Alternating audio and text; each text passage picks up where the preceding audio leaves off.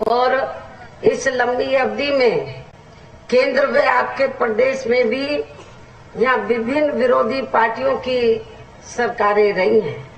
किंतु दुख की बात यह है कि इस दौरान यहाँ सभी विरोधी पार्टियों की रही सरकारों में आपके प्रदेश सहित पूरे देश में भी यहाँ दलितों, खासकर यहाँ दलितों, आदिवासियों, पिछड़े वर्गों, मुस्लिम व अन्य धार्मिक अल्पसंख्यकों के साथ साथ गरीबों, मजदूरों, किसानों, व्यापारियों एवं अन्य मेहनतकश लोगों का भी सही से विकास व उत्थान आदि नहीं हो सका है। और इस संदर्भ में मैं विशेषकर यहाँ दलितों, आदिवासियों व अन्य पिछड़े वर्गों के लोगों को ये भी बताना चाहती हूँ कि इन्हें परम पूज्य बाबा साहब डॉक्टर भीमराव अंबेडकर के कड़े संघर्ष व अथक प्रयासों से भारतीय संविधान के तहत मिले अधिकारों में से सरकारी नौकरियों में, विशेषकर सरकारी नौकरियों में जो इन्हें आरक्षण की सुविधाएं मिली हैं, तो उसे भी यहाँ शुरू से ही इन वर्गों के प्रति हीन व जातिवादी मानसिकता रखने वाली सभी विरोधी पार्टियों की सरकारें प्रभावहीन बनाने में लगी हैं, निष्प्रभावी बनाने में तथा इसे अब धीरे धीरे खत्म करने की भी पूरी कोशिश में लगी हुई है। यही मुख्य वजह है कि देश में आजादी के बाद केंद्र व अधिकांश राज्यों में भी काफी लंबे समय तक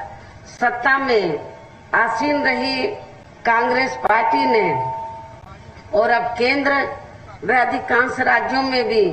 बीजेपी व अन्य विरोधी पार्टियों की भी रही सरकारों ने इनका आरक्षण का कोटा अभी तक भी पूरा नहीं किया है। पदोन्नति में आरक्षण तो इन्होंने मान्य कोर्ट की आड़ में काफी हद तक खत्म ही कर दिया है और इस मामले में लगभग यही खराब स्थिति हमें यहाँ आपके हिमाचल प्रदेश में भी देखने के लिए मिल रही है। इसके साथ ही अब इन वर्गों के लोगों को प्राइवेट सेक्टर में आरक्षण दिए जाने की व्यवस्था किए बिना ही केंद्र व राज्य सरकारों के भी ज्यादातर सरकारी कार्य यहाँ प्राइवेट सेक्टर के जरिए ही देश के बड़े बड़े पूंजीपतियों व धन्ना सेठों आदि को ही दिए जा रहे हैं, जिसके कारण अब पूरे देश में इन वर्गों के लोगों को आरक्षण का बहुत कम ही लाभ मिल पा रहा है। इसके साथ साथ यहाँ मैं अन्य पिछड़े वर्गों के लोगों को भी ये बताना चाहती हूँ कि इन्हें मंडल कमीशन की रिपोर्ट के तहत आरक्षण की ये सुविधा केंद्र में कांग्रेस व बीजेपी आदि की रही